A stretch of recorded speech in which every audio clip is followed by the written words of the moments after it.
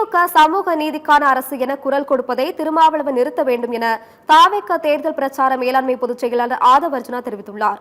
சென்னையில் செய்தியாளர்களை சந்தித்த ஆதவர்ஜுனா வக்ஃப் சட்ட மசோதா தொடர்பாக தாவேக சார்பில் உச்சநீதிமன்றத்தில் வழக்கு தொடரப்பட்டுள்ளதாக தெரிவித்தார்.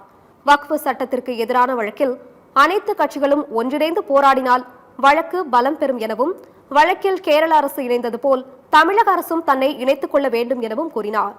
வக்ஃப் சட்டத்திற்கு எதிராக விசிக தலைவர் திருமாவளவன் தொடர்ந்து குரல் கொடுக்க வேண்டும் என வலியுறுத்திய ஆதவர்ஜுனா இது தொடர்பாக தமிழக அரசு அனைத்து கட்சி கூட்டத்தை கூட்ட வேண்டும் என வற்புறுத்தியதோடு இந்த விவகாரத்தை வாக்கு வங்கியாக அணுகக்கூடாது எனவும் பேசியுள்ளார்.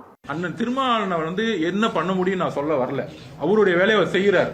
ஆனால் மீண்டும் மீண்டும் திமுக சமூக நீதிக்கான அரசு அப்படின்னு குரல் தொடர்ந்து பேசிய ஆதவர்ஜுனா நானும் சிடி நிர்மல்குமாரும் தாவேக தலைவர் விஜயுடன் பேசி அவர் சொல்வதை தான் வெளியில் பேசி வருவதாக கூறினார்.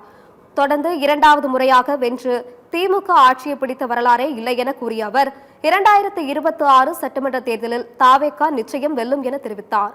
சட்டப்பேரவை தேர்தலில் தாவேக கூட்டணி அமைக்குமா தனித்து போட்டியிடுமா என்பது குறித்து டிசம்பரில் தெரிவிப்போம் எனவும் கூறியுள்ளார். எங்களுடைய துணை பொதுச் செயலர் நிர்மல்குமார் அவர்கள் சொல்றதும் சரி, அவர் கொடுத்த ஸ்டேட்மெண்ட் சரி, இல்ல நான் பேசுறதும் சரி, ஒரு டீடைல் டிஸ்கஷன்ஸும் ஆர்குமெண்ட்டும் தலைவரோட நடந்து எல்லாரும் ஒரு தலைவருடைய வழிகாட்டல என்ன முடிவு எடுக்கிறோமோ அதுதான் இங்க பேச போறோம்.